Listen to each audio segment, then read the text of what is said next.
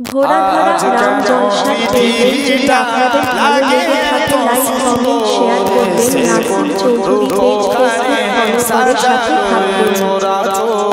সে কোন রূপকারে সাজালো এ চরাচর চারিদিকে নবতে করে তোরা চলমন সেই রূপ দেখে হয় আখি লয় সুশীতল।